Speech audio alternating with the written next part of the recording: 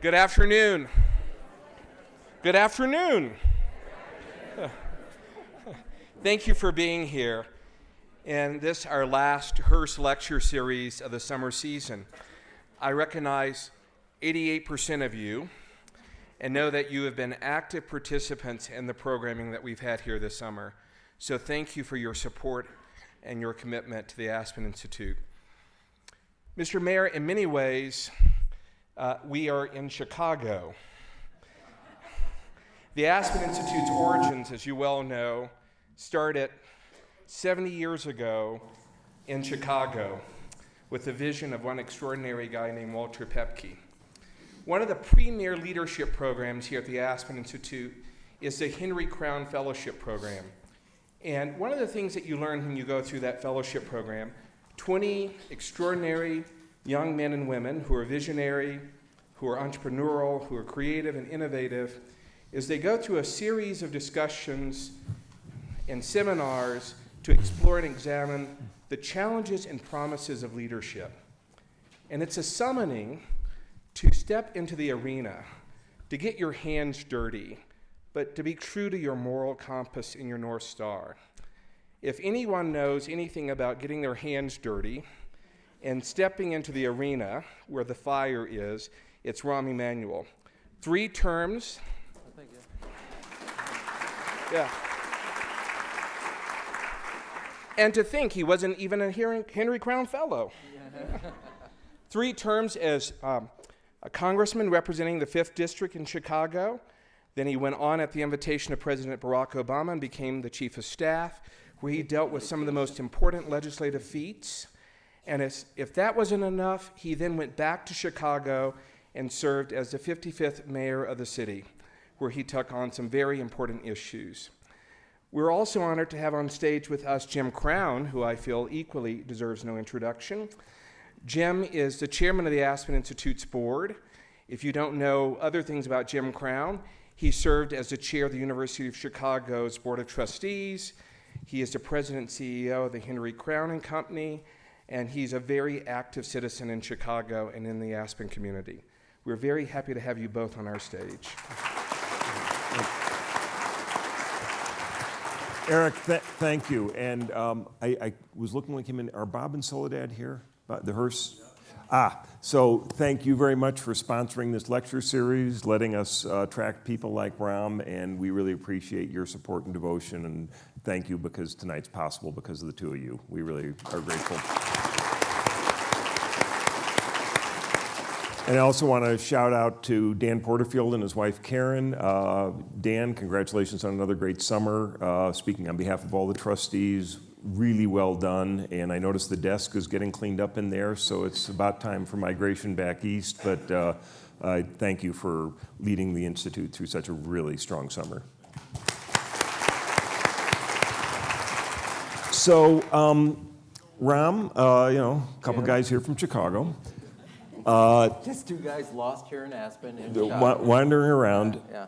But before we get into some of the things that are from the list Eric mentioned, I want to familiarize the audience a little bit with the rather interesting family you come from. So you've got brother Zeke, who is an esteemed doctor, bioethicist, healthcare policy expert. You've got brother Ari. With rotten bedside manners, by the way. Okay. Never been a patient of his. Don't do it, okay? Especially if you're a family member.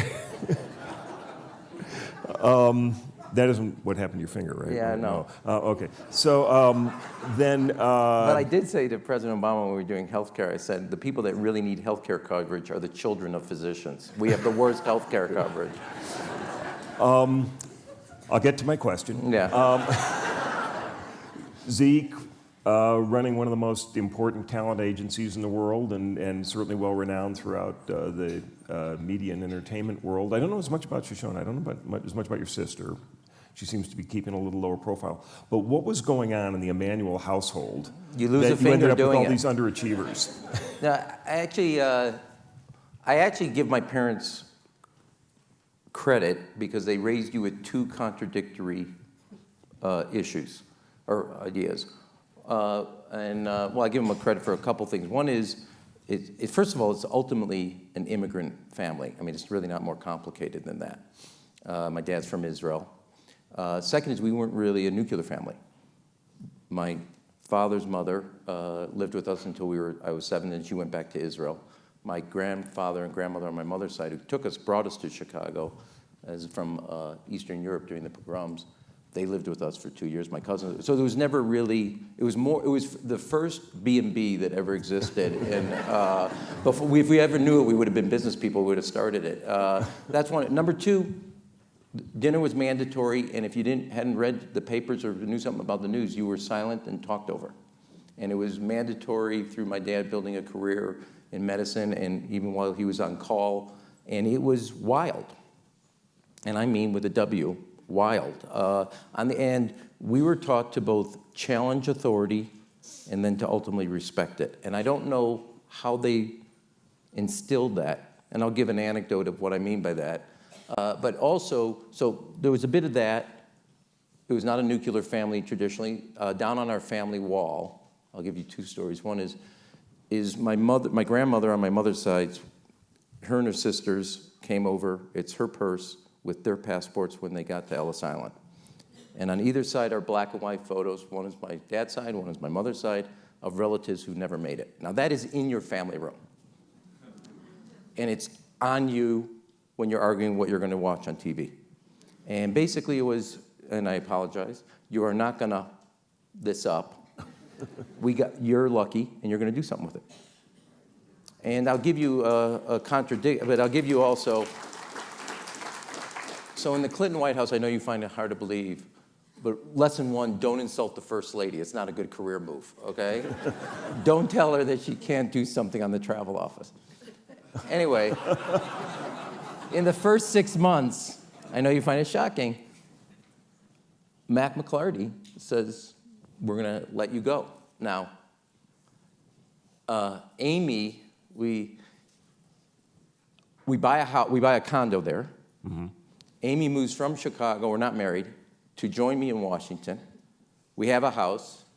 She has no job, leaves what she likes in Chicago, and now she arrives on the day I've been told I've been fired. And I look right at Mac McClarty, and I said, I'm not leaving until the President of the United States tells me I'm fired. Now, where I had the chutzpah, I assume that's a translatable term here. I'll just go out on a limb that at least 80% of you know what that means. I don't even know, and I'll tell you this, as a former chief of staff, if anybody walked into my office, I would have, you can get that right out of here. I'll walk you out for myself. But the idea that I would tell the chief of staff, I'm not leaving.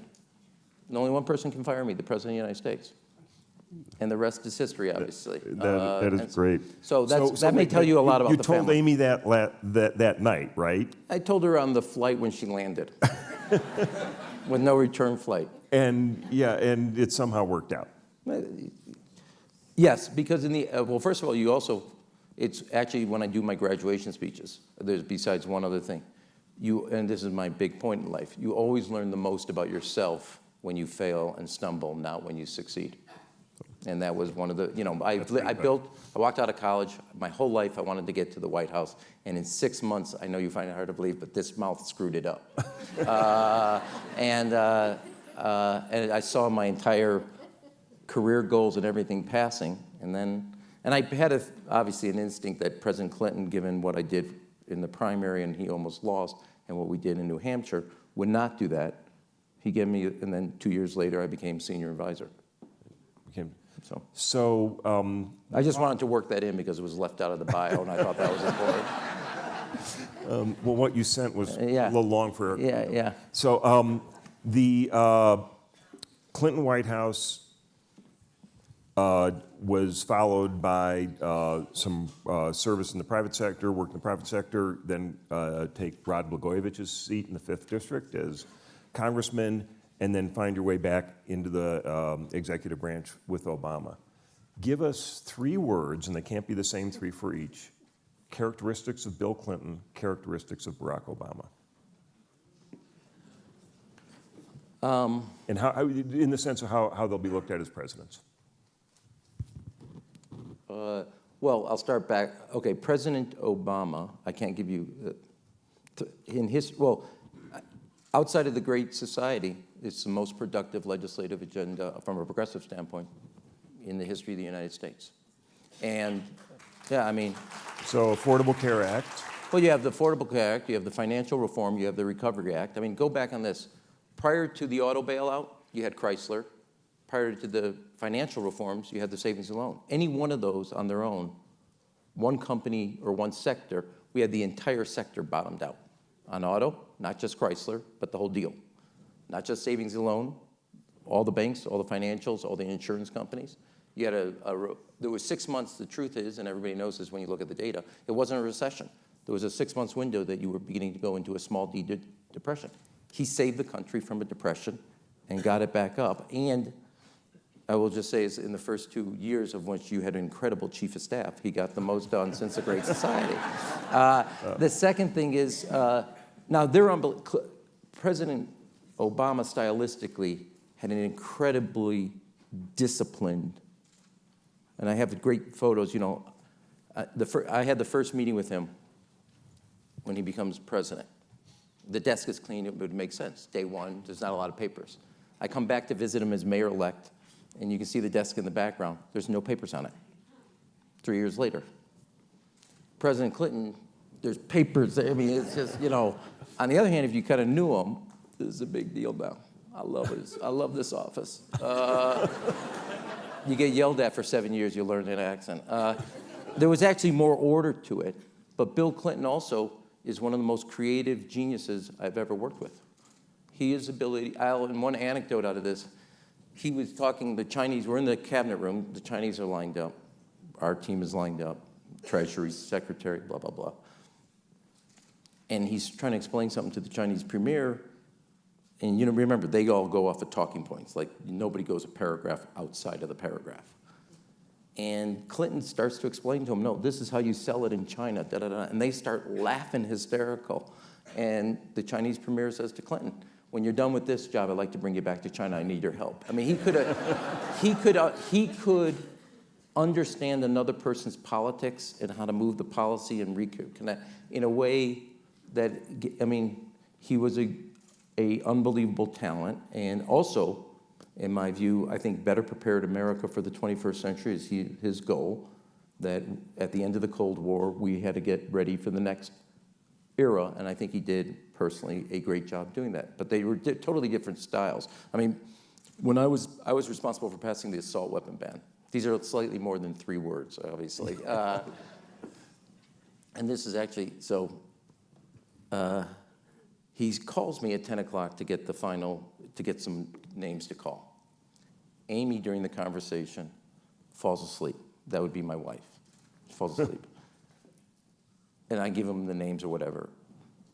And I hang up. About 2 in the morning, 2:30 in the morning, I get a phone call, White House operator. Mr. Emanuel, this is the White House. The president would like to talk to you. So I pick up the phone. And we start talking, and he wants more names. I said, Mr. President, and he gives me the download on the 6 I gave him. I said, Mr. President, it's 2 in the morning. You can't do this. The vote is tomorrow. I said, you can't do this. Other people are sleeping. We're all sleeping. You're not sleeping. You can't do this.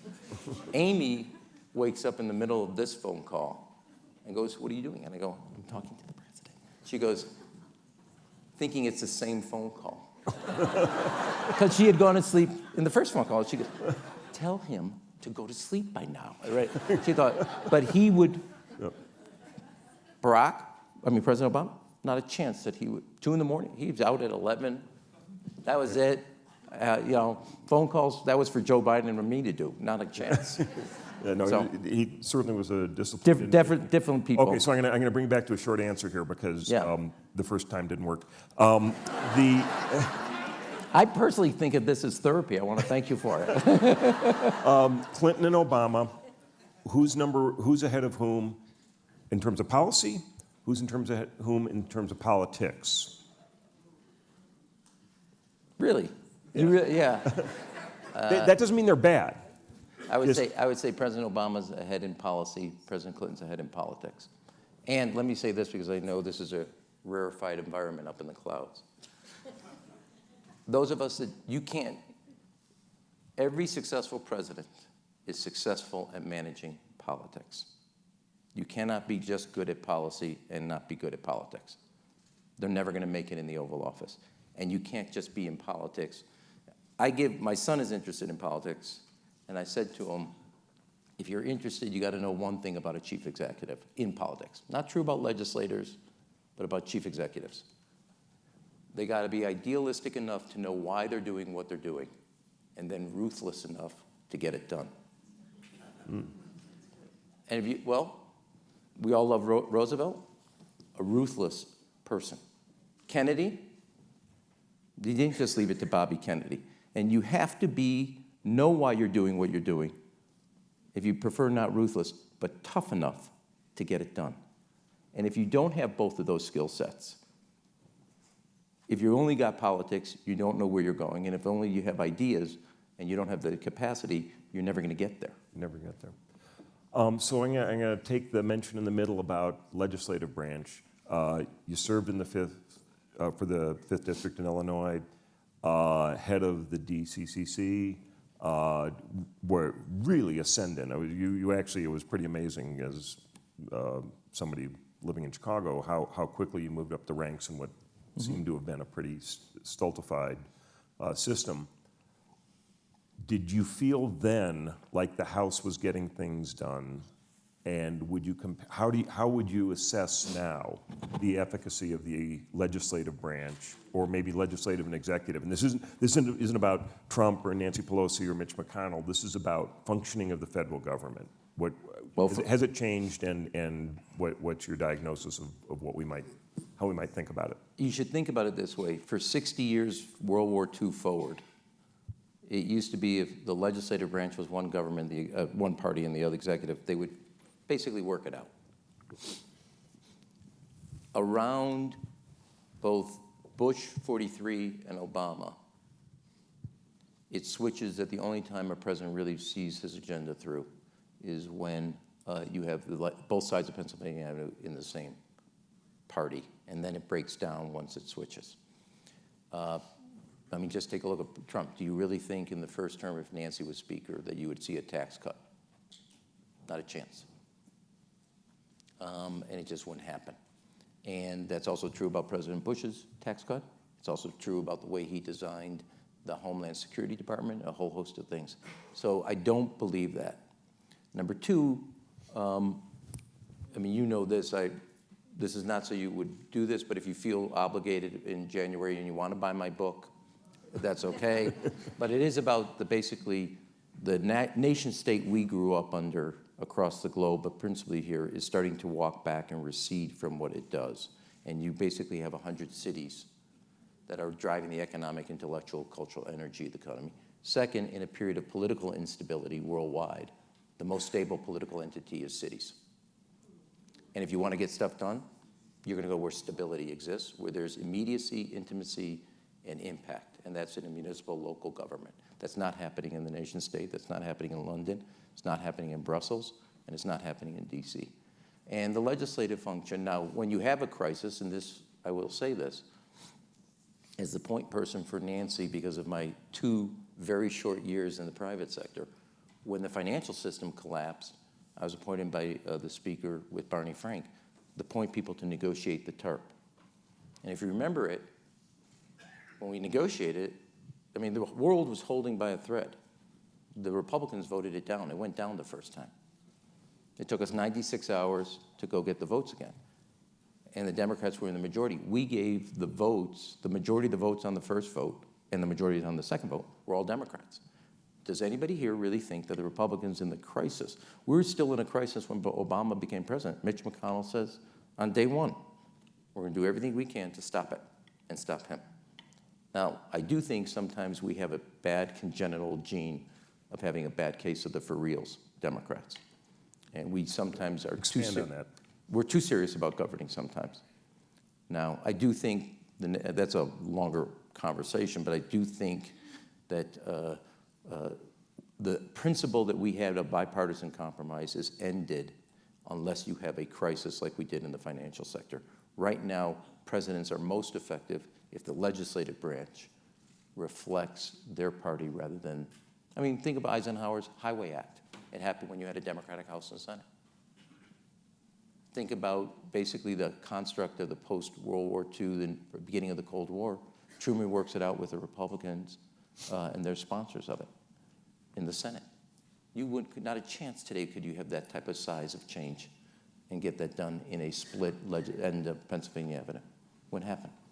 And do you feel like you need both houses of Congress as well as the executive branch to be able to advance? Well, this is a cheap shot. It would be helpful if Moscow Mitch was a little better than he is right now. But I do think, how did all the Democrats get to the back? That was not for you to do that. I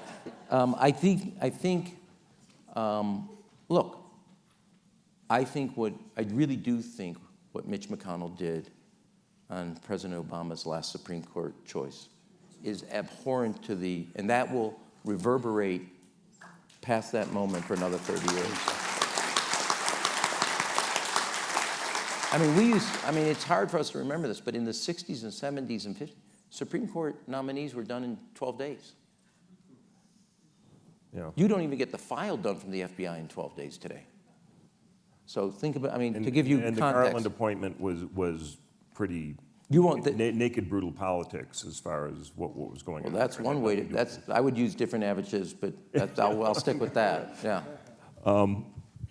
Okay, so first of all, what's the title of your book? You have a title?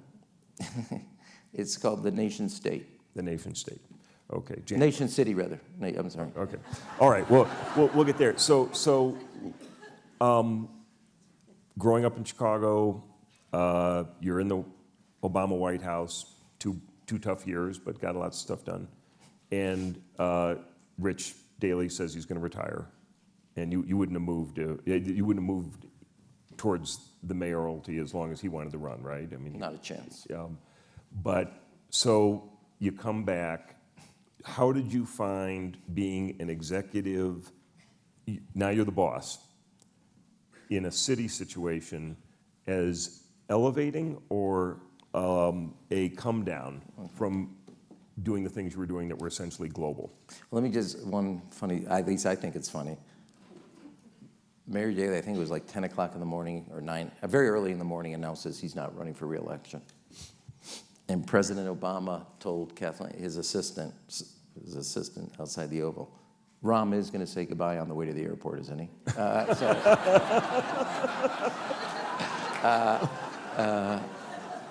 And I didn't decide. It took 4 days for me to but that's a. So, look, I have a view. This is my view. Doesn't mean I'm right, but my view. There are 5 great positions in politics: President of the United States, Governor of California and New York, and Mayor of New York and Chicago. And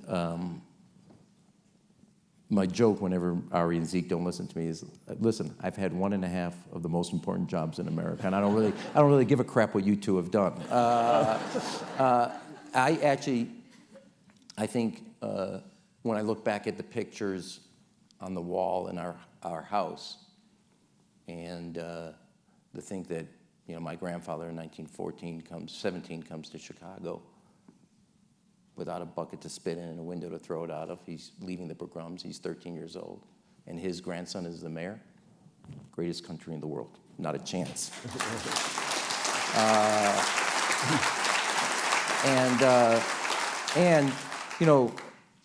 Jim knows this. All of us, and those of you from Chicago.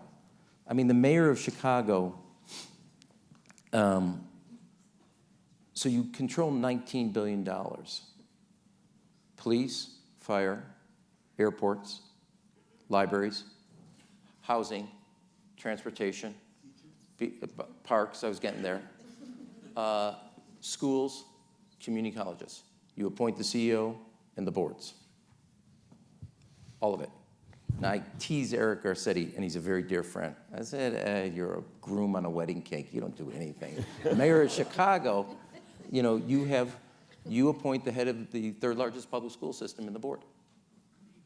It's mayoral control. Community colleges, the 2nd largest in the United States, you appoint the chancellor, the board. second largest public transportation system in the United States? The president and the board. You run the biggest airport in the United States and the 12th biggest airport. And so you just go through the list. It's also big, it's powerful, and when you put your thumb on the scale, you tip it.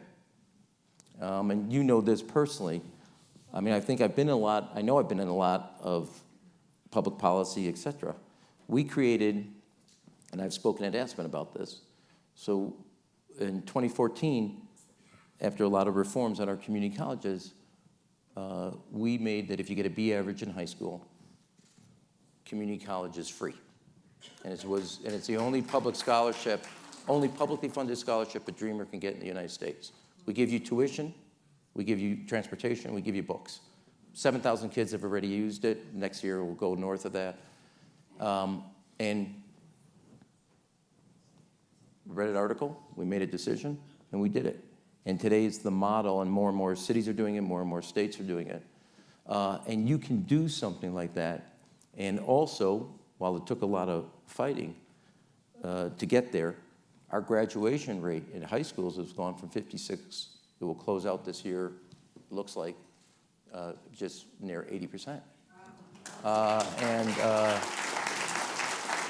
You can put, and we actually have added the most time of any public school system in the United States of America ever.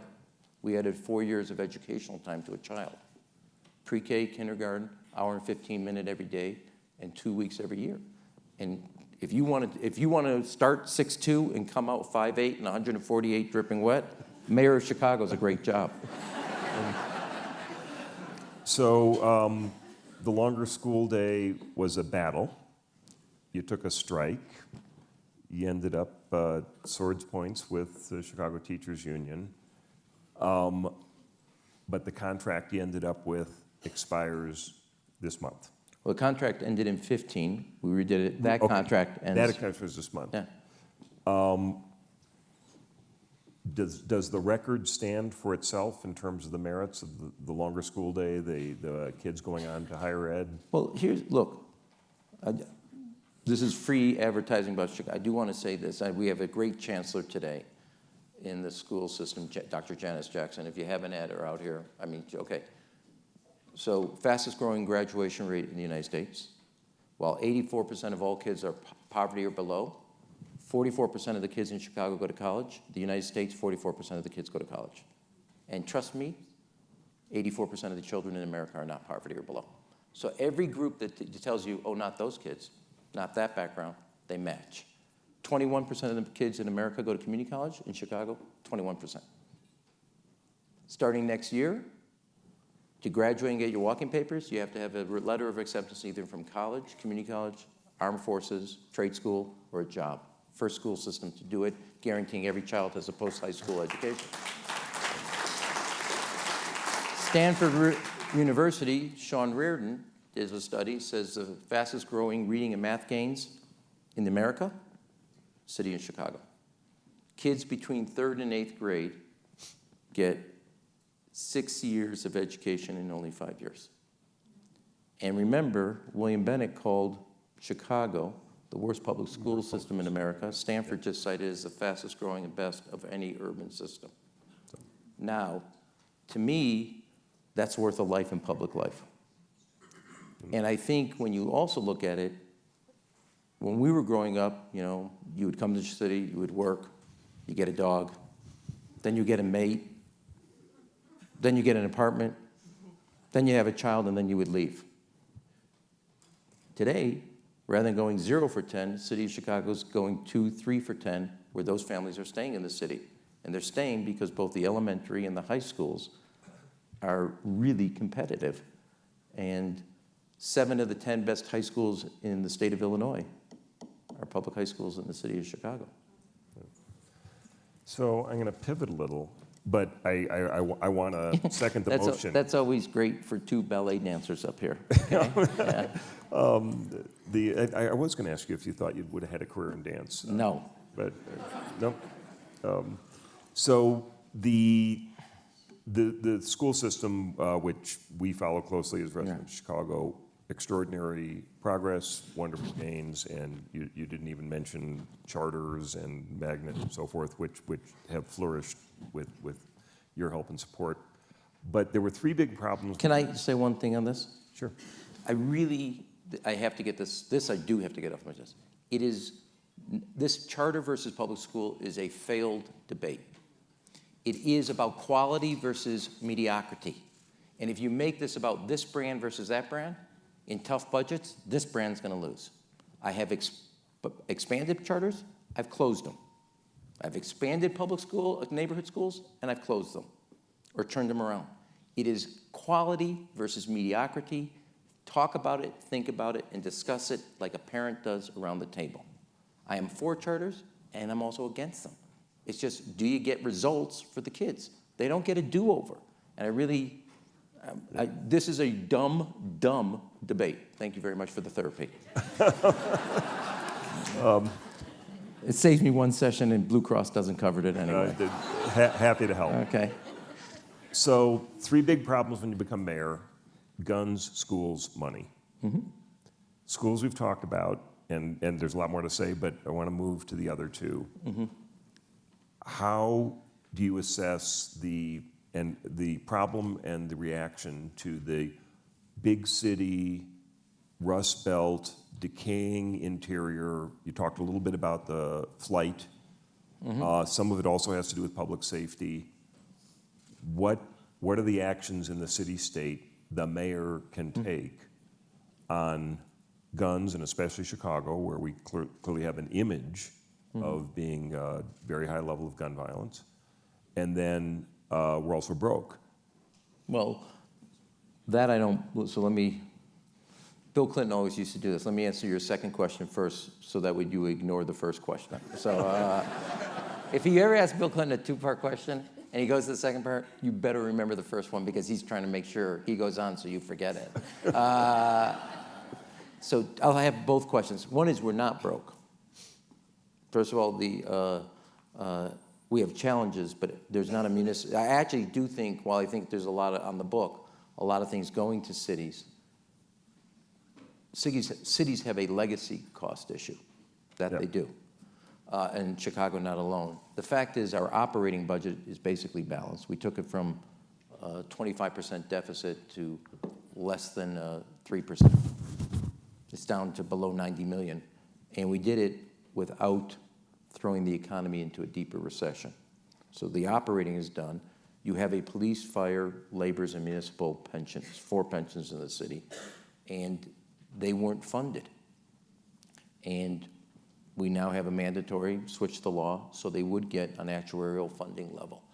Now, the first project I did, the laborers and municipals, which was basically 29 unions, agreed to take a 30% part of the solution, and taxpayers would take 70%. The Supreme Court threw that out. So we went back now, and we redid it based on what the court said you could do. But I'll give you an example why I mean the operating budget. One of the things, I swore when I left President Obama's side, I'm never working on healthcare ever again, I'm done. And I get into the city and I realize in the budget, the third biggest item is healthcare. It's rising by 10% a year. It's 450. When I left office, our healthcare costs were 7% less than the day I walked in.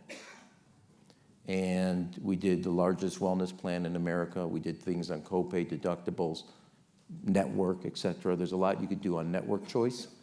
That older workers have one different choice, younger workers a different, kind of like a 401k versus a defined benefit plan. You can give workers and employees choices. I got it. So that's one thing. But I also said the fiscal piece was in service of growing the economy. The 5 most important things a mayor has to do: talent, training, transportation, technology, and transparency. 5 T's. We've done that on the airport and the mass transit system, rated #1 mass transit system, #1 airport system now. Unprecedented investment. It does help naming the Secretary of Transportation if you want to get federal money.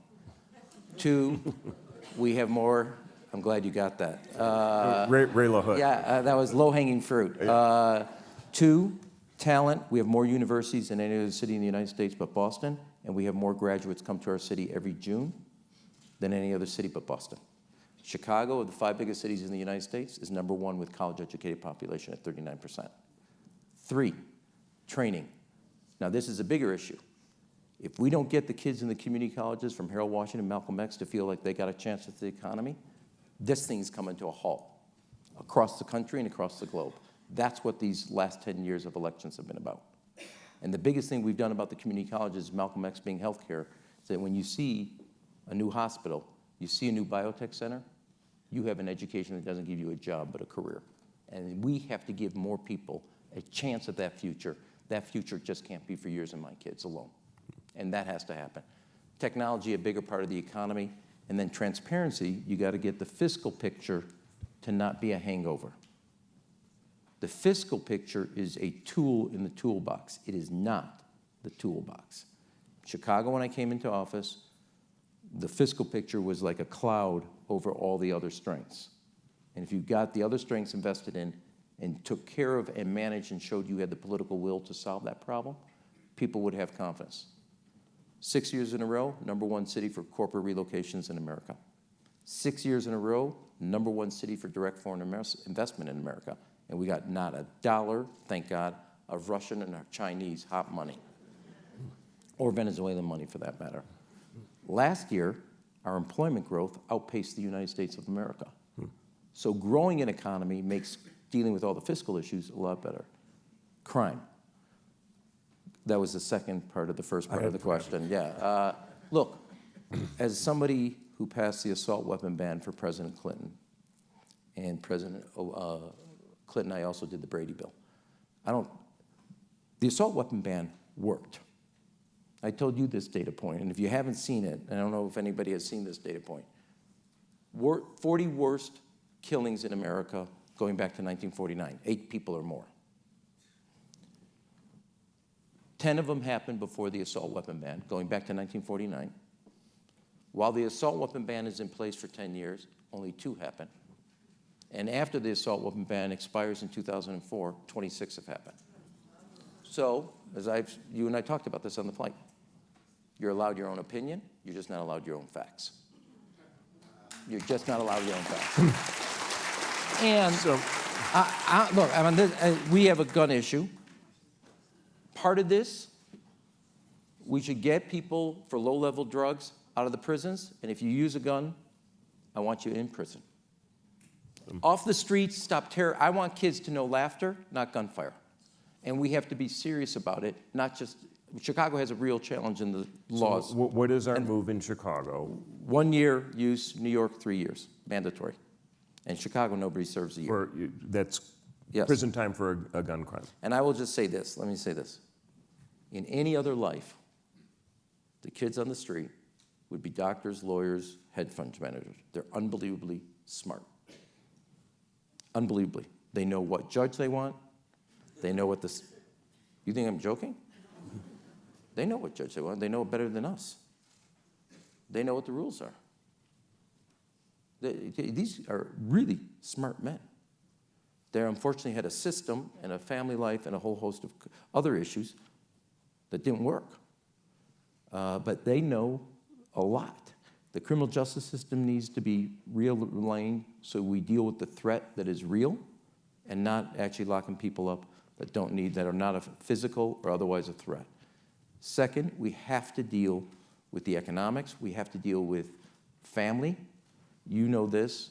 So the University of Chicago Crime Lab gave me this program called BAM, Becoming a Man.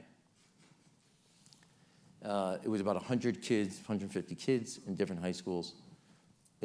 I told President Clinton, Obama, when he came to the city to go to Hyde Park, participate, he says, I don't want to do it. I said, I've nearly lost my family for you. You're going to give 20 minutes. He sits in there for an hour and a half. This is a guy who's never late for anything. The young man that sat next to him, Christian, introduces him when he introduces My Brother's Keeper. Bam was the inspiration. We grew it in Chicago from 150 to 8,000 young men They get 4 hours a day, 5 days a week, 9 months a year. It's the largest mentoring program in the United States. And the trajectory of these kids finishing high school, going on to college, is unbelievable. And that's the only not-for-profit I'm doing in my life outside now. I'm president of the board. Boston's now taking it up, and I'm going to try to get 10 cities to take up and established, because we have got to give these young men a chance to once again believe in themselves. That's great. And that is the most important thing we have to do. So we're about 5 minutes or so away from I think we violated the 5 minute But rule. I'm sure I did. But I want to turn to some present tense and forward thinking. I was trying to run down the clock on this. Yeah, so John Hickenlooper pulls out of the race today, and More to come. there's certainly more to come. But one of the really noteworthy things about John, besides those of us who spend time in Colorado knew him through all that, was he was at a Democratic convening, I think it was Las Vegas, and says a sentence that's equivalent to, so guys, we're Democrats and we believe in capitalism, and it gets booed off the stage. What's going on? The water's not that good. Look. The one, you have two questions, not one. I don't mean to be rabbinical here. One is, I just wanted to prove that I had a bar mitzvah. One is about us, but I also think it's a reflection of something else. I think you got to look, you shouldn't be booed for saying that you're not a socialist, but more importantly, you believe in the capitalist system, but we also have to know that it has shortcomings. And it does. Look, there are shortcomings, and the public sector is to make capitalism a better system and better at it. And the fact is that if Democrats, that's one. Two, look, there has been a tremendous amount, and I look at my time from President Clinton comes in '92, there's a recession, we won the Gulf War, but there's a lot of shortcomings, and a lot of people think the sun was setting on America. It's an incredible period of time, not just under his time, et cetera. It clearly wasn't. But we haven't done the investments. I give you my larger view. I'm not scared of China. I'm scared of us. We have not invested in America. There is no time that when we've invested in America, we don't win. Russia does Sputnik, we give them Apollo, they're still looking at our flag. I'm not. Well, I'm not. And I told you this fact. When we went to war in World War II, 90% of the people that went to war had a high school degree. What does Roosevelt do? 44? The GI Bill. The rest, that's why we have an American century. Now, in my view, on this challenge we got, and what our big problem is, and why I'm really proud of the Chicago Star Scholarship, and I'll go back to when the worst part of the Obama unemployment, we were losing 800,000 jobs a month. That first Friday of every month when the unemployment, we would go fetal for 12 hours, okay? We'd be like in our rooms, respectfully. We were losing 800,000 jobs. At the time in which unemployment was 11.2%. You know what the unemployment rate was for people with a 4-year degree in the worst recession since the Depression? Never exceeded 4.6%. We have a diploma divide in this country. And if we don't figure out how the kids, I'm going to use Chicago, from Englewood have the same chance as the kids from Edgewater on the north side, this game is up. And we have got to give people, through education, through other pieces, no guarantee, but a shot. And the fact is, when you look at technology, you look at finances, you look at healthcare, it is really somewhat rigged for us. And I don't think the Democratic Party should say they're not capitalists, but we are trying to make capitalism work for more people. And that is what our message should be. That's the political side. The honest thing for all of us, it's been a great 20 years. I take my time from Clinton, but there has been a lot more casualties and people not succeeding because we have not actually done an equitable job of giving them a chance at success. Okay, but that answer... Now that was therapy. The other stuff was kind of warm up. So the answer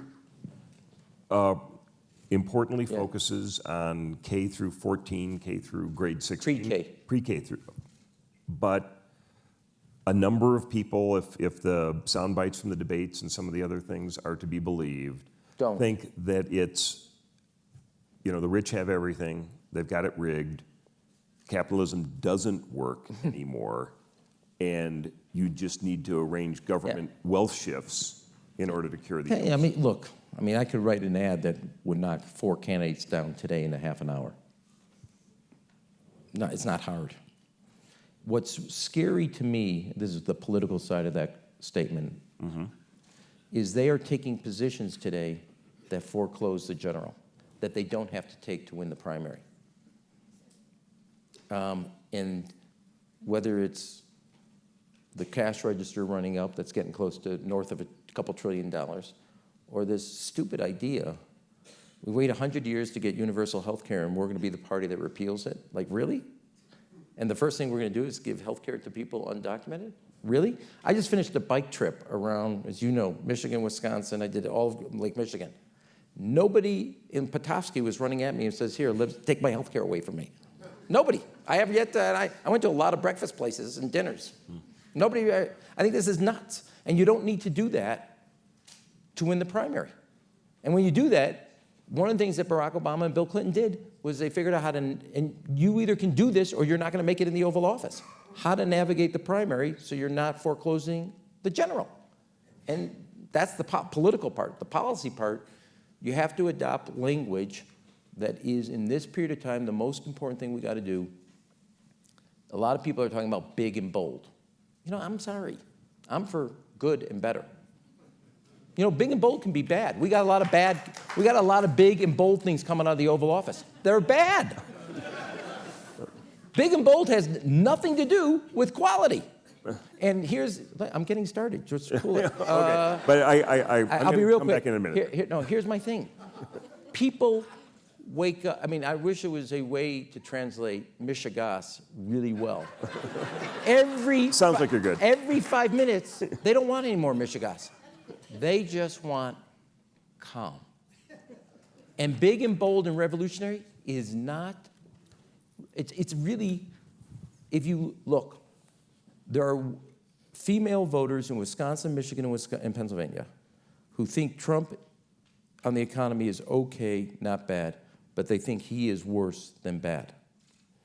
And we want to go to that zone, which is worse than bad. We are angry. I'm angry. I don't know about the rest. I'm angry at him. They are exhausted by him. And anger and exhaust are not the same emotions. And we're trying to convince them to get angry. And they just are tired of it. And anger and tired are not the same thing. Okay, so you're in the campaign headquarters, I'm not. the nominee, and won't ask you who you hope that is. This is the early stages of fetal. Okay. I just want to be clear. I want to be clear what my body language is doing right now. You're very practiced This is at ducking it when Hillary pre-unemployment, ran against Barack. Okay? But it's the nominee. I haven't done a Martha Graham move in like 20 years. That was like the closest. And the Trump campaign, and I'll try and say this as objectively but predictable. Go ahead. Is they're going over the edge on a lot of things, same as they did last time. Mm-hmm. And whether it's saying about John McCain, I don't like losers, or calling names to everybody. And their theory of the case is obviously extreme. Don't sound like a politician. Feed off people's discontent and mistrust of the federal government, which has basis. No, miscontent with the elite. With the political elite, fair enough. We're all in this boat, man. With the political elite. And so the Democratic nominee has gotten to where he or she is by saying, I kind of did the same thing with a different ideological tilt. Isn't that going to win the general, especially fighting fire with fire? Your advice is what? No, I've been clear. My advice is we want calm, cool, and collected versus his crazy. Remember, there's a theory behind this craziness. Because if you chase this tweet, You're not talking about the economy over here. One of the things you've got to be is disciplined not to swing at every tweet. And it's very hard.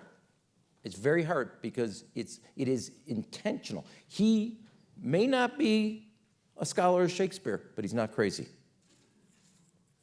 Remember, he's in the Oval Office, and she's not. You don't get there being stupid.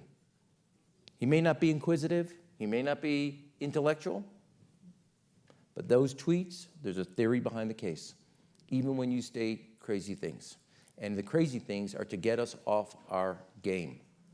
And what I would do is, he wants this. He wants this fight over here. He wants this distraction over here.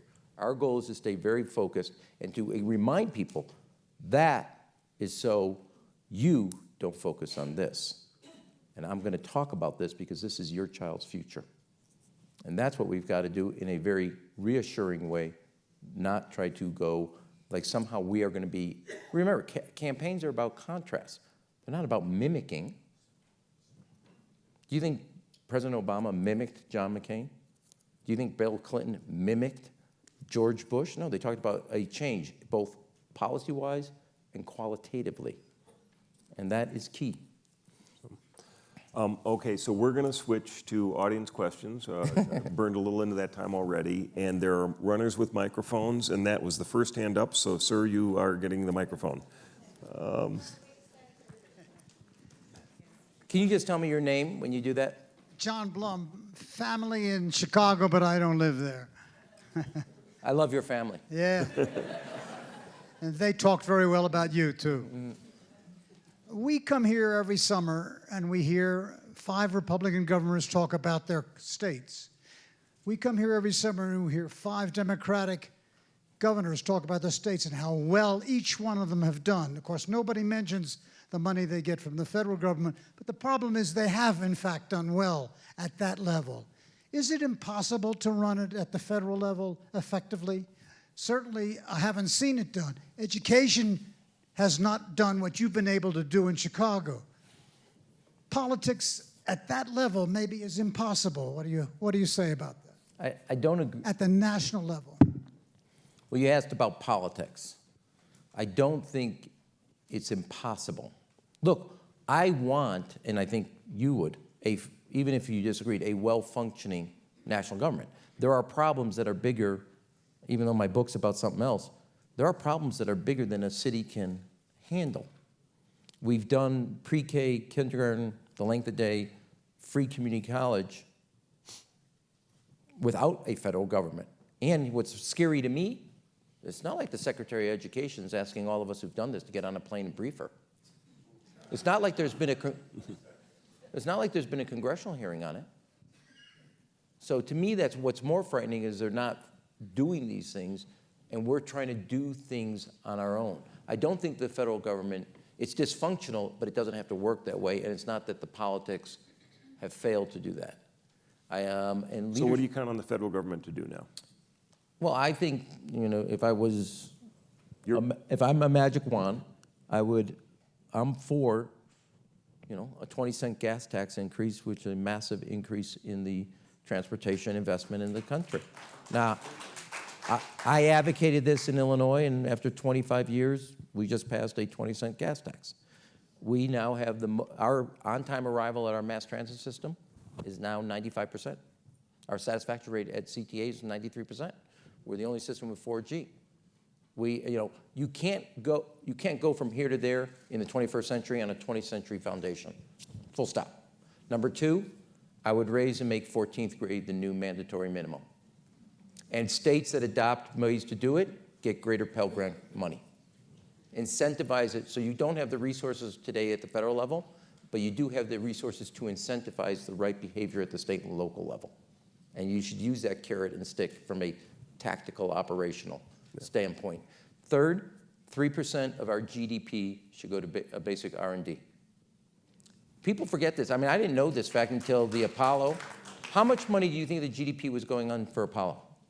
4% of our GDP as a country was going to the Apollo project. I mean, it's amazing what and we won in 9 years, less rather. So and then obviously immigration would be a key piece. I think we overemphasize, personally, the tax code as some Delphi oracle about the economy. Get transportation right, get education right, get immigration right, get research and development right, and you'll watch the rest of this will take care of itself. Awesome. Over here, Kitty. I'm so impressed what you said about Chicago schools. So could you just go into a little bit more depth? How did she do it?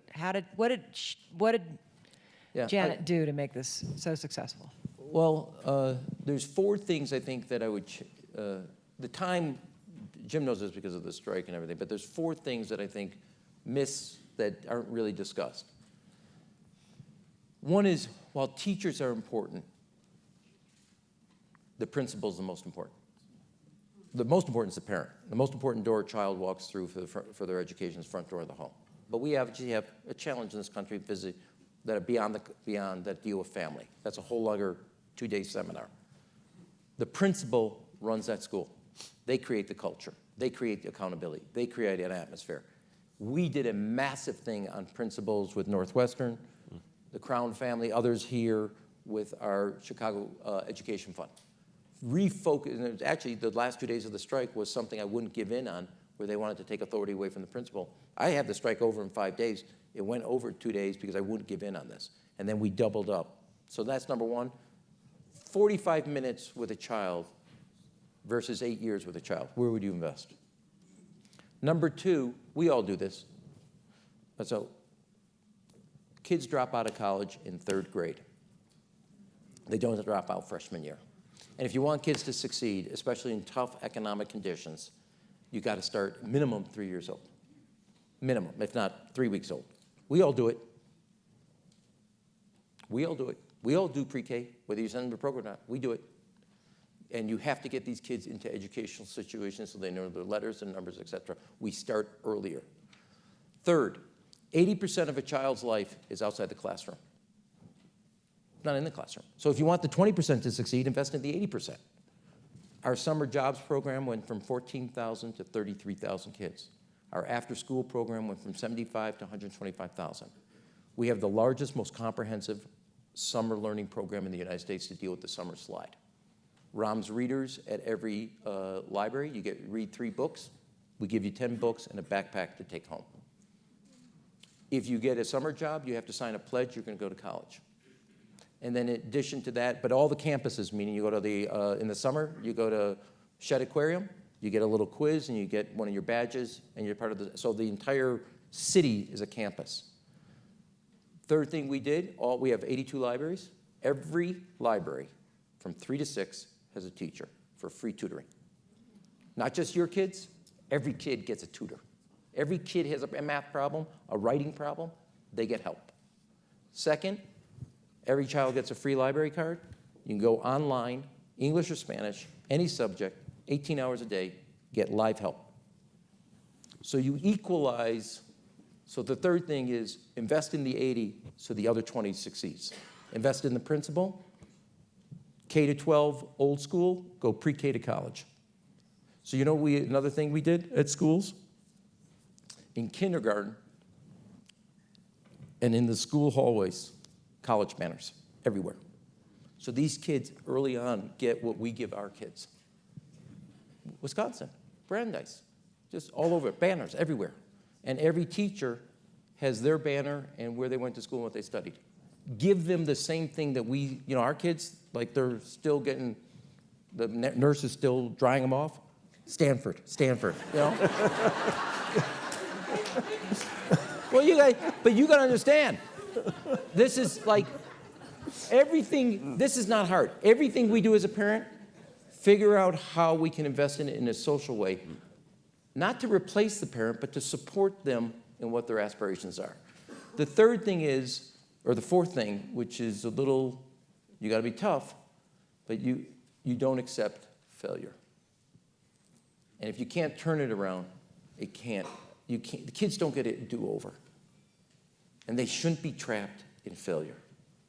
And you've got to be willing to spend whatever political capital you got so they get whatever opportunity they can have for the future. But those 4 things, principal, not teacher, earlier, not later. 80% to make the 20% work. Failure is not an option. So, okay, thank you for that. We're going to finish up here. We've got one question right here, and that's going to be our last question because we have run out of time. I got like 20 more answers. Yes, there. No, really, to leave it to you. You pick. Why don't you both ask real quick at the same time? Yeah, we'll take two questions, and you'll answer them both with the same answer. I'm Karen. I'm Karen Barch, and I, until recently, and for 35 years, What's that? loved living in East Lakeview. Oh, okay. And really appreciated what you did for the city of Chicago. So when can we look forward to that 1.5 ultimate jobs on your resume turning into 2.5? Never. Your question next. I'm Mark Monroe. So at the beginning of this congressional session, Speaker Pelosi faced a lot of resistance from the younger flank of the party. How would you advise her, and how would you advise them as we usher in this next generation of leadership? Well, let me just suggest, if I have advice for Nancy, I'll do it privately. If you ever sat and, yeah. I used to tell, you know, her last name, maiden name is D'Alessandro. Her father and her brother were both mayors. I used to tell President Obama, she's more D'Alessandro than Pelosi. Maybe that may be her married name, but trust me, she's a D'Alessandro. So look, I think Nancy is, and I somewhat say this jokingly, I mean, I have a great deal of affection for her, fondness. I mean, I was a freshman and she picks me to chair the party. I mean, she took a lot of crap when my junior, gets picked to be fourth in party leadership to run the campaign. And we formed a great friendship and admiration. And we were, at that time, we used to sit around our conference table. I mean, I'm clearly more moderate, and I would be pushing her and so on and so forth. And we had real ideological fights, but never a difference about what our aspirations were. I think, and now I'm laughing that Nancy's become the new center of gravity. Look, I think she is, and which is why when everybody was yelling about, you know, we need a new pace, we need a new spokesman. Really? You want a novice sitting across from Mitch McConnell? No, there's an idea nobody's thought of. Well, there's something. Well, yeah. Why don't we get a rookie in there with Mitch McConnell? We haven't tried that. So my view is she's done great handling President Trump. She's done really well handling, obviously, Mitch McConnell as best you can handle. I used to always say that the Senate was a constitutional mistake. And in the caucus, Nancy has allowed the voices of a more progressive, more activist without it derailing us, because Nancy does know Nancy is the only effective as a speaker if we have the White House. Right now, she's a goalie trying to block things. Periodically, she tries to go to offense, but obviously, what happens in the Senate. So I think she has handled navigating the shoals and the rocks of this process really, really, really well. And it's not easy because and this gets back to my other thing that I was saying earlier. Our caucus, or the Democrats, are angry. But to win, you're going to need people that are tired. And anger and tired are not, and you got to get the zeitgeist right of what it's going to take. This gets, you didn't ask this, but it's what irritated me in the second debate. I don't buy into a base theory of the general election, that all we need is really good urban turnout. But if that's what you think, would you really attack the first black president in the United States as your strategy of a base turnout? Now, I don't buy into that. But if that's your theory, you're really going about it in a really screwed up way. Because he's at 92%, and this is like the dumbest thing I've ever seen. And so I think Nancy knows she picked up her majority, she holds her majority in the suburbs. You want to win the White House in Pennsylvania, Michigan, Wisconsin, Ohio, Florida, Iowa, North Carolina, or Arizona, just to name a few states. It's going to happen by building a bigger coalition than Democrats and people that are comfortable. Remember, Trump won because he got a percentage of anti-Hillary vote, not pro-Trump vote. They left him in 2018. Our goal is to not make them renters, but buyers in 2020. That is what we're trying to do. Rahm, thank you very much. I want to thank you all because I get to go fishing for 2 days, and I really want to thank you for that start.